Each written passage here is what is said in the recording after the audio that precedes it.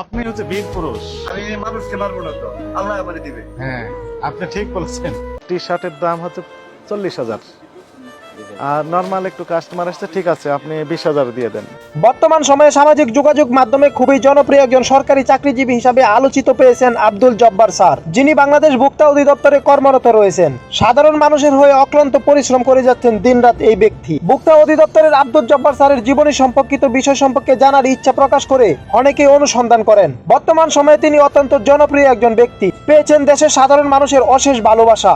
ভোক্তাদের পক্ষ থেকে নিজের সর্বোচ্চ পরিষেবা প্রদানের মধ্য দিয়ে দেশের একজন সুনামধন্য কর্মী হিসাবে পরিচিত লাভ করেছেন।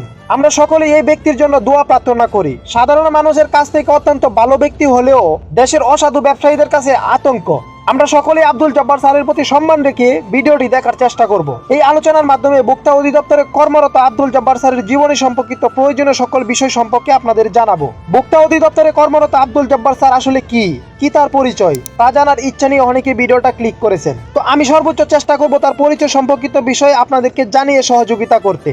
আশা করছি পরিচয় সম্পর্কিত বিষয় সম্পর্কে জেনে অপরিচিত অসংখ্য মানুষ আব্দুল জব্বার মন্ডলের ধর্মীয় বিষয় সম্পর্কে জানার আগ্রহ প্রকাশ করবেন। আব্দুল জব্বার স্যারের নামের মাধ্যমে আমরা বুঝতে পারি তিনি একজন মুসলিম। এরপরে অনেকের মনে প্রশ্ন জাগতে পারে, তাই আমরা সহজভাবে তাদের প্রশ্নের উত্তর প্রদান করছি। আমাদের সকলের প্রিয় স্যার, তিনি একজন মুসলিম। ইসলাম সম্পর্কিত বিষয় সম্পর্কে তার চিন্তা চেতনা রয়েছে। তিনি তার কর্মের মাধ্যমে ধর্মীয় বিষয়গুলো বিভিন্ন সময় উপস্থাপন করে থাকে। তার মুখ থেকে ব্যবসা সম্পর্কিত বেশ কিছু হাদিস শুনে থাকি আমরা, যা অত্যন্ত গুরুত্বপূর্ণ।